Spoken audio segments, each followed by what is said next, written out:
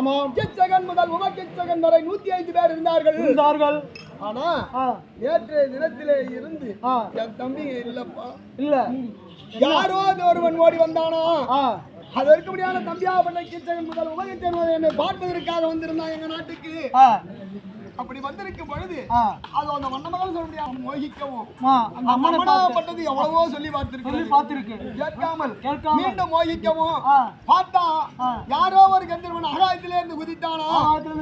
அந்த குதித்த கந்தர்வன் என் தம்பியாருக்கு முடியாத கீச்சகனை அடித்து அவன் சதைகளை பிசைந்து ஒரு சாணி உண்டை போல ஆக்கி அவன் மண்டை ஓட்டை எடுத்து அதன் மீது வைத்து அவன் உதிரங்களை எல்லாம் பிழிந்து எண்ணெயாக்கி அவன் நாவை பிடிங்க அதுல திரியாக போட்டு வெள்ள வியாசார மண்டபம் என்று சொல்படியான வடக்கே இருக்கபடியான வெள்ள வியாசார மண்டபத்திலே விளக்கேற்றி வைத்து விட்டார். அண்ணனை ஆகப்பட்டவன் குரல் கேட்கிறேன் என்று என் தம்பிமார்கள் 104 பேரும் அவரிடத்திலே ஓடி அவருடைய யுத்தம் செய்யும் போது சம்பா அதாவது நெல் அடிக்கிறோம் இல்லையா.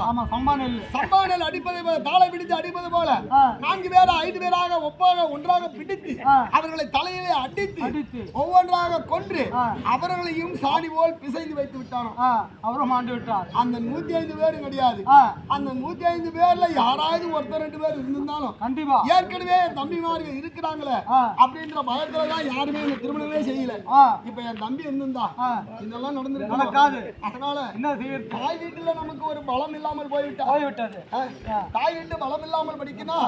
இன்று எந்தெந்த நாயோ நம்ம நாட்டு உள்ள வருகிறது. அதனால் வேண்டி இப்படியே இருந்து கொண்டிருக்கின்றோம். என்ன நடக்குமோ ஏது நடக்குமோ தெரியவில்லை. அதனால் வேண்டி இப்படியே இருந்தால் சரி வராது. ஆனா இதுக்கு ஏதாவது உபாயம் செய்ய வேண்டும். ஆமாமா தகுந்த உபாயம் சொல்லு. தகுந்த உபாயம் செய்ய வேண்டும். என்ன செய்யலாம்?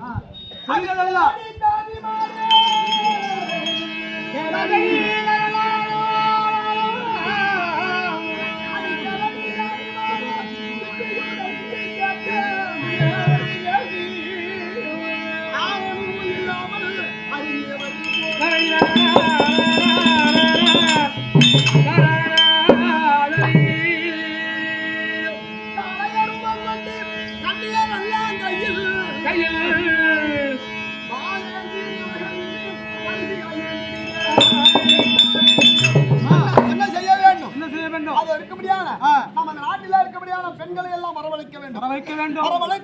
அந்த பெண்களுக்கு அவள் கணவனுடைய ஆடைகளை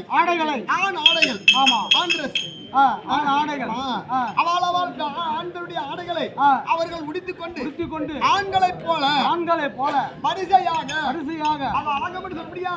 அரண்மனையின் மீதையும் கோட்டைச்சுவர் மீதையும் கையிலே வாளை ஏந்தி ஒரு ஆண்மகனை போய் நிற்க வைக்க வேண்டும். ஏன்னா இப்போ ஒரு வீடு கட்டுறோம். அந்த இடத்துல ஒரு திருஷ்டி பொம்மை வைக்கிறாங்க. திருஷ்டி உண்மைதான்.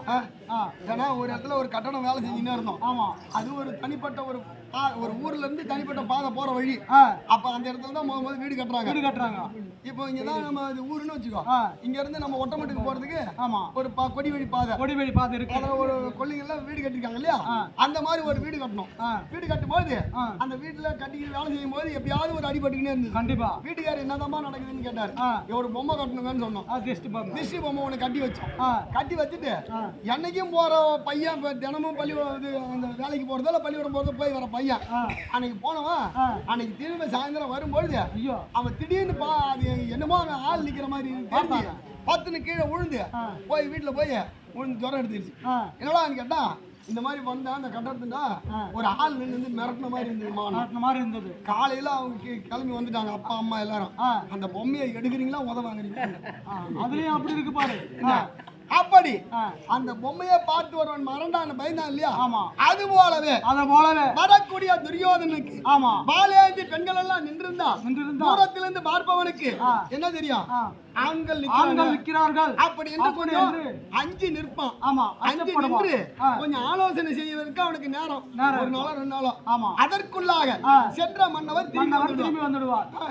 சென்ற மன்னவர் திரும்பி வந்துடுவார். அவர் பார்த்துக்குவார். இந்த நாட்டுக்கு ராணியா இருந்து நாட்டை காப்பாற்ற இதுதான் ஏதுவான வழி. தகுந்த யோசனை